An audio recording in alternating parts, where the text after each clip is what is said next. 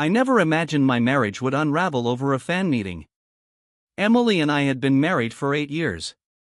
We weren't flashy, but we had a rhythm, shared meals, inside jokes, late-night Netflix marathons. Life was a blend of comfort and compromise. Emily was always into lifestyle bloggers, constantly sharing their posts and mimicking their DIY decor tips. It was harmless, endearing even. One of her favorites was Noah Ray, charismatic, clean-cut, and borderline obsessed with minimalist aesthetics. He ran a popular blog and podcast about intentional living. I didn't get the hype, but Emily loved him. When he announced a national fan tour with a stop in our city, she nearly jumped out of her skin. "You should come," she said, excitement bubbling in her voice. "We never go out anymore." I hesitated. Work was hectic, and I didn't see the appeal. "You know it's not really my scene," I replied. "But if it matters to you, go. Have fun." That was my first mistake. The fan meet was at a trendy loft downtown. Emily left the house glowing, dressed in a breezy floral dress I hadn't seen before. She looked incredible. I told her so. She smiled, kissed me on the cheek, and disappeared into the night. She came back hours later, unusually quiet but smiling in this dazed, dreamy way. I asked her how it went. "He's even more inspiring in person," she said, brushing me off when I pressed for details. "You would have liked him. He's actually pretty funny." That should have been the end of it. But things shifted. She started quoting Noah's podcast during dinner conversations, rearranging furniture based on his advice, even changing her wardrobe to match his aesthetic. What once felt like a harmless interest had turned into full-blown adoration. 2 weeks after the event, I noticed she'd locked her phone with a new passcode. Something in my gut twisted. I didn't go snooping right away. But one night, when she left her tablet unlocked on the kitchen counter, curiosity got the better of me. Her Instagram DMs were open right there, messages to Noah Ray. It started innocently. She'd thanked him for the event, mentioned how much she resonated with his message. He responded. Then it spiraled: long exchanges, emotional confessions, even pictures. Not graphic, but intimate in a way that made my chest tighten. The final blow was a message timestamped at 1:47 a.m., the night of the fan meeting. "I can still smell you on my skin. I've never felt so seen, so desired. Thank you for tonight." I stared at the screen, hands trembling. I heard her humming in the shower, unaware her whole world had just cracked open. I didn't confront her then. I couldn't. My mind was spinning, my heart pounding. I needed to know more. Was it just that night? Was she planning to see him again? I started keeping track: her texts, her mood changes, her sudden late-night yoga classes. I became someone I didn't recognize, haunted by suspicion, checking timestamps and receipts. Emily had no idea I knew. But something had changed in me, a slow-burning anger wrapped in grief. The woman I shared a bed with was lying to me with every goodnight kiss. I didn't know what I would do next. But I knew this wasn't over. A week after I read the message, I sat across from Emily at our kitchen table, trying to act like nothing had changed.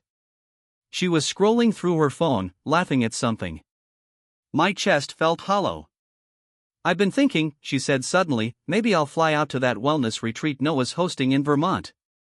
It's 3 days, just mindfulness stuff, nothing crazy." My heart didn't skip. It sank. "That sounds intense," I said. "When were you thinking of going?" "Next weekend," she replied, eyes darting away. "I need the space. I've been feeling off." She didn't know I'd already found the ticket confirmation in her email. By then, I wasn't sleeping much. Every smile felt like a lie, every touch a betrayal. I didn't want to explode. I wanted to understand how we'd fallen apart so quietly. 2 nights before her supposed trip, I told her I was working late. Instead, I waited outside Noah Ray's boutique hotel. I had no plan, just a need to see something real. Around 9:20 p.m., she showed up. Same floral dress. Same dazed smile. She kissed him at the entrance. Not hesitant. Not conflicted. Like it was routine. I didn't confront them. I drove around aimlessly, shaking, heart thrashing against my ribs. That was the moment I realized I didn't want to scream or throw plates. I wanted out. Whatever we had, she'd already walked away from it. When I got home, I packed a suitcase, not hers, mine. The next morning, I waited for her in the kitchen. She came downstairs, hair damp, coffee mug in hand. "You're not at work?" she asked. "No," I replied.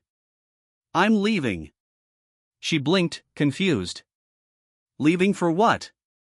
"For good." The mug slipped slightly in her hand. "Wait, what are you talking about?" "I know, Emily. About you and Noah. I've known for weeks." Her face went pale.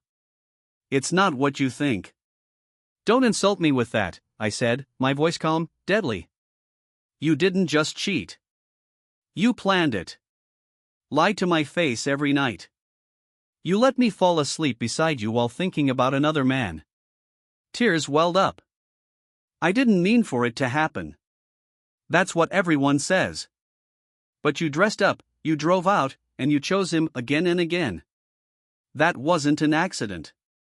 That was intention." She cried then, softly, like her world was ending. But mine had ended weeks ago. I was just now stepping out of the ruins. "I thought we were okay," she whispered. "I thought maybe I could have both." That hit harder than I expected. I nodded slowly. "That's the problem. You thought I was optional." I left the keys on the counter. Told her I'd be staying with my brother for now. Divorce papers would follow. There was no fight, no storm of words. Just quiet. That kind of betrayal doesn't explode. It erodes you quietly, relentlessly. I spent the first few days numb, then furious, then heartbroken. I replayed everything, her laughter, her lies, that damn dress. But in time, I began to reclaim pieces of myself. I saw a therapist. Took a solo trip. Deleted her photos, one by one. I still think about her sometimes. The version of her I loved. The version that never existed. And as for Noah? I don't keep tabs. He's just another fraud with a pretty face and a curated personality. I'm sure his next podcast will be about authentic connection. But I'm done with curated. I want real. Even if it hurts. Because if I've learned anything, it's this. It's better to grieve an honest goodbye than live inside a beautiful lie.